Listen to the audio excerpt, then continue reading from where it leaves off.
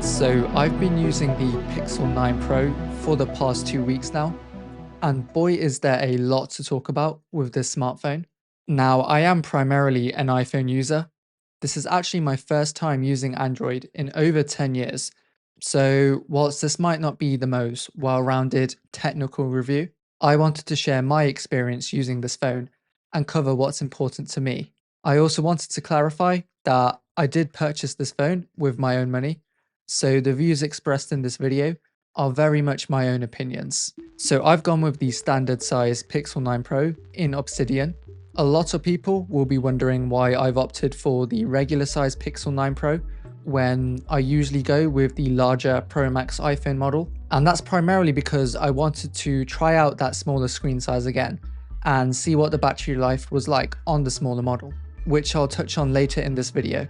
With the base model, you get 128GB of storage for a starting price of $999, so Google very much are copying from Apple's playbook here, and I'm just gonna say it, 128GB of storage for a flagship smartphone, whether it's a Pixel or a Samsung or an iPhone, in 2024 just isn't enough. For a budget phone, I can understand, because of course a lot of consumers will also be using cloud storage to be backing up most of their important videos and photos and files. But I've only been using this phone for 2 weeks and I've almost managed to use up 100GB just from downloading music and podcasts.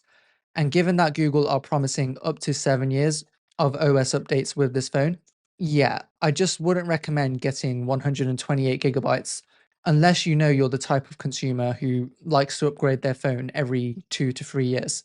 The design. Google have completely redesigned the Pixel phones this year, and they look incredible. It definitely does remind me of the iPhone's design, with the squared off sides and the matte glass back. And you know what? Fair play to Google, because it looks super premium. Especially with the matte glass back, it looks like a piece of chocolate. I really like what Google have done with the camera arrangement on the back, since you can place your phone on the table without it wobbling, whilst giving the phone some character. The only complaint I do have is that the sides can feel quite slippery in your hands, and they do feel quite cheap for a $999 phone, but assuming you have a case over it, it's not really something to worry about. Having the volume buttons on the same side as the power button does also take some getting used to, and there have been a number of occasions where I've accidentally pressed the volume button when trying to turn on my phone, or turn my phone off when trying to adjust the volume. The screen on the Pixel Pro has also been upgraded this year.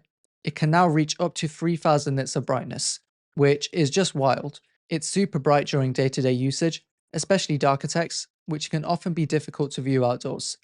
Now naturally, if you live in a hot country, you're not going to be getting 3000 nits of peak brightness all of the time, since your display probably is going to dim as the phone heats up in the sun. And it's been slightly difficult for me to test this here in the UK, since our summer has just ended. So if any of you have had the experience of using the Pixel 9 Pro in a hot country, please do let me know in the comments below what your experience was like.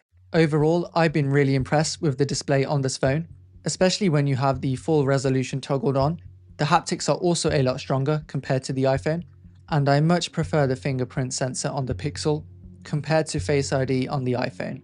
I just find it's a lot more convenient to use, and having the small hole cut out instead of the dynamic island just makes for a more immersive experience when consuming content. The cameras. The cameras are always a big talking point when it comes to the Pixels. I feel like Pixels are very much known for having their own sort of unique style and look.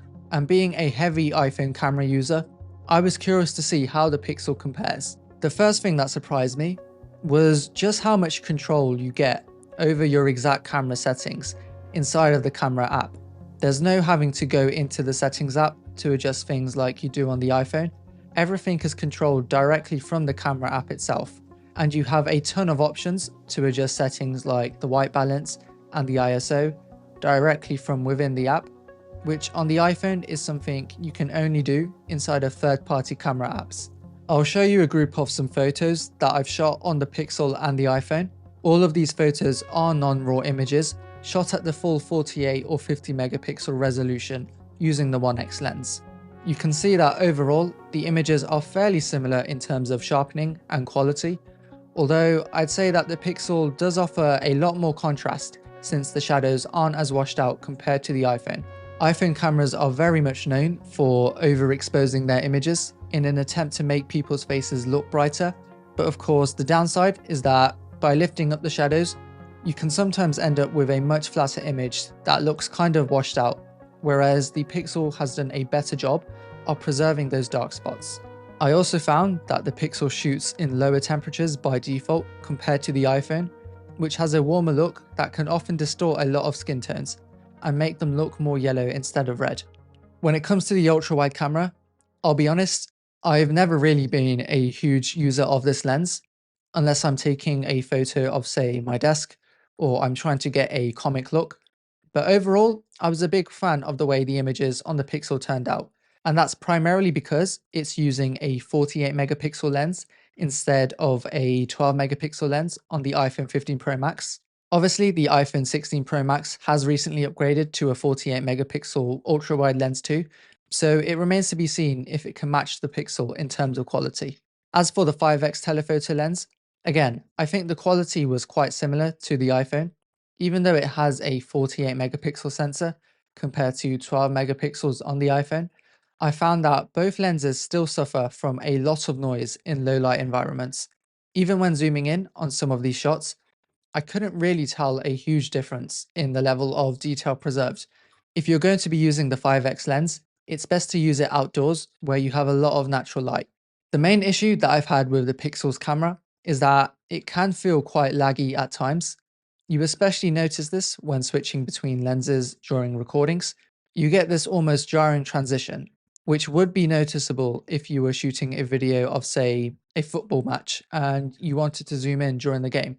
Also, as a Manchester United fan, I definitely wasn't pleased to see Google partnering up with Arsenal and Liverpool to promote these phones.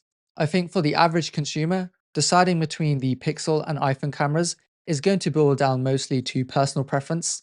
Overall, I think that I much prefer the look that the Pixel gives you straight out of the box. Although having said that, I don't really see the Pixel replacing my iPhone's camera anytime soon. And that's primarily because I shoot all of these YouTube videos using my iPhone in the Apple log format, which isn't something that the Pixels can currently do. Artificial intelligence. I feel like this has become a big talking point around smartphones this year. We saw Samsung unveil Galaxy AI earlier this year. Apple have recently released Apple Intelligence on the iPhones, and Google is no exception. There are a bunch of AI features in this phone. I primarily want to cover the ones that I've found to be the most useful. For me, the most useful feature has been the system-wide integration of Google Gemini. I've enjoyed being able to paste in links from YouTube and have Gemini summarize those videos for me. It's especially useful if you listen to a lot of educational podcasts, but can't really be bothered to jot down notes whilst listening. The same goes for referring to previous emails and messages that you've had. Although one big limitation of Gemini right now is that it only works across one Google account. So if you have multiple email inboxes on your phone, even if they are all Gmail, Gemini will only be able to access information from the Google account it's registered with. Google Lens is also a feature I've been really impressed with. I've been using it a lot to identify products I see in videos, and I'm glad Apple have responded by introducing visual intelligence on the recent iPhone 16s. The AI summaries inside of the weather app have also been really useful, and I'm hoping Google roll out these summaries into other apps like Gmail and Messages in future updates. But otherwise, I haven't really found AI to be much of a game changer. The Pixel Studio app is fun to use at first, but it feels like more of a nice to have than a feature I purchased this phone specifically for. And when it comes to cleaning up and reimagining photos inside of the Photos app, it is cool to try out at first, and you can definitely get some pretty impressive results out of it, but it's not really something I can see myself using very often. Performance. A lot of the AI features mentioned in this video are being powered by Google's own G4 Tensor chip. So Google actually do make their own in-house chips, much like how Apple makes the A18 Bionic chip for its iPhones. But of course, Google haven't been designing chips for as long as Apple do, so I was curious to see how the performance on the Pixel compared to the iPhone. And to be honest, you're not really going to notice any major differences in performance. And I feel like that's just a given with most flagship smartphones in 2024. Everything feels super smooth and snappy. I've not experienced any overheating issues during my time using this phone. For context, I use my phone primarily for taking photos, listening to music and podcasts, replying to messages, and the other usual smartphone stuff. So it's not really surprising that the G4 chip is able to handle all of those tasks. Potentially, if you do a lot of high-end gaming on your phone, you might notice some differences, especially in things like thermal performance and frame rates dropping, but it's not really an area that I have enough expertise in.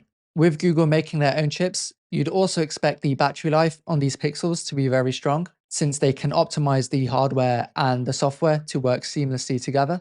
And for the most part, I'd say that the battery life has been decent. It's not been remarkable. I'd say it's been pretty similar to the battery life I was getting on my iPhone 14 Pro. It can just about last you a day of light use, but if you are taking a lot of photos during the day, using your data a lot, chances are you will need to charge your phone around twice a day. So if battery life is a concern for you, it might be worth opting for the larger XL model. Obviously, battery life is very much a subjective experience. Small things like the signal in your area can massively skew your results. For context, my experience has been based off mostly indoor usage, where I generally have access to either high-speed 5G or Wi-Fi. I'm also a massive fan of the battery life predictor.